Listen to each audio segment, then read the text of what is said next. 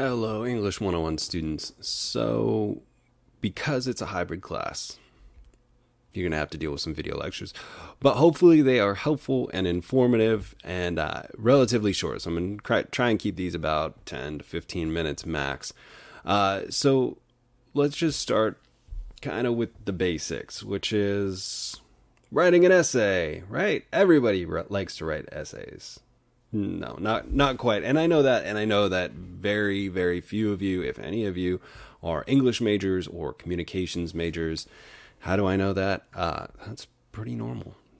So what I want to talk about is basics.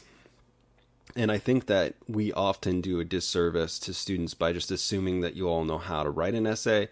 I'm sure that you've taken classes, that you've written essays before, but it's kind of like asking you all to build a house, right? If I said, hey, I want you to go out this moment, you can't reference any materials, you can't ask for any help, you just need to build a house, right? Well, how do you build an essay, right? It's very similar. So building a house, all right, the assumptions that I would make in that case, if I said, hey, go build a house, and maybe one of you or two of you or a handful could do maybe the framing, maybe somebody could do the electrical, maybe somebody could do the plumbing, but it's all based on some assumptions. I would be assuming that you've seen houses before, that you've maybe been inside a house before, that you've watched Extreme Home Makeover. But could you really go out this second and build a house, right? Probably not. Probably not. Beginning to end, you know, I'm pretty handy, but designing a house, getting all the permits, getting the right supplies, doing all of the work from beginning to end, probably not going to happen. So when we ask you to build an essay or build a house, we're kind of assuming that you already know what you're doing. And I don't think, as I said before, that's the case. So a little history lesson here, real quick. So the idea of the essay came from this guy, Montaigne. And it's not that people hadn't written longer things before, but Montaigne was kind of the godfather, if you will, of essays. And I'm not going to read the whole thing here. You can read it at your leisure. You can pause and read it if you want. But I just want to read the first part. So from about the 1590s, right? A trial, attempt, or endeavor. Also short discursive literary composition. So what does that mean? It means that they're not generally super long pieces of writing. We're not writing a novel. We're not writing a nonfiction book. We're just writing a short attempt, right? We're trying to do something. And I think it's important to remember that that's the case. We're trying to convey information. And that's going to be a theme that we'll see a lot this course, is the idea that we are conveying something to a reader. And we'll talk a lot about audience awareness and who we're writing for, which I think is another part of what we don't necessarily reinforce with students. Now, one of the things that I like about Montaigne, among other things, is that he had this brilliant quote. And the quote is, "Difficulty is a coin which the learned conjure with so as not to reveal the vanity of their studies, and which human stupidity is keen to accept in payment."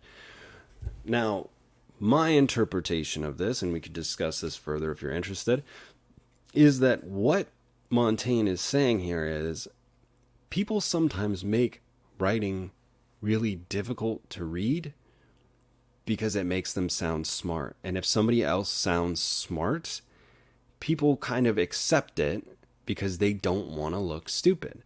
And I think that it's better to say something simple and effectively and not necessarily try and make it sound difficult.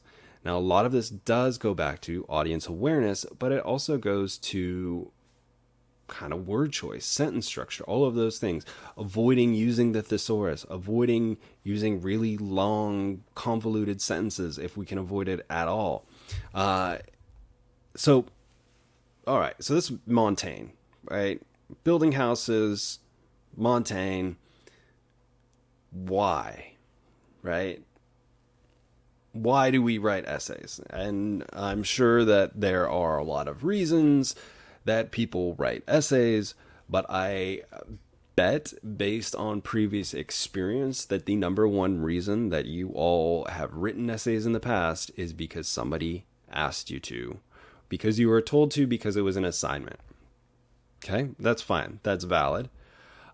Maybe you think that we like to read essays as instructors, and yeah, I do kind of like reading essays, especially good essays. But there's more to it, right? There's more to it than just simply my instructor asked me to, because my instructor really likes to read essays. I want to reframe it a little bit, right? We write essays to explore or investigate a thought.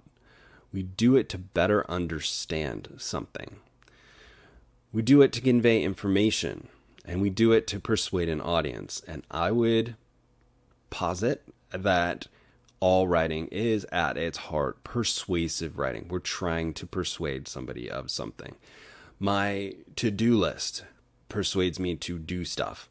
My shopping list persuades me to buy milk, right? So everything has some element of persuasion, and we can talk more about sort of bias and things like that as we get into this. Okay, so let's kind of talk about how, right? How do we write an essay? So we kind of know where essays came from, and we kind of know why we write them. And again, to loop back to that analogy of the house, how do we build a house? Why do we build a house, right? We build so we have shelter, right? Rule of threes. We can only survive so long outside without shelter, right? I think it's 3 hours without shelter in inclement weather. So we need a place to stay. We need a place to be comfortable, right? And I think that most people dive in to writing an essay, like the how part, by just sitting down and starting to put words on a page, depending on how much time you spend on it. But we're lacking what in building a house would be the foundational work, right? A builder is not going to show up at a plot of land and just start slamming together 2x4s, right?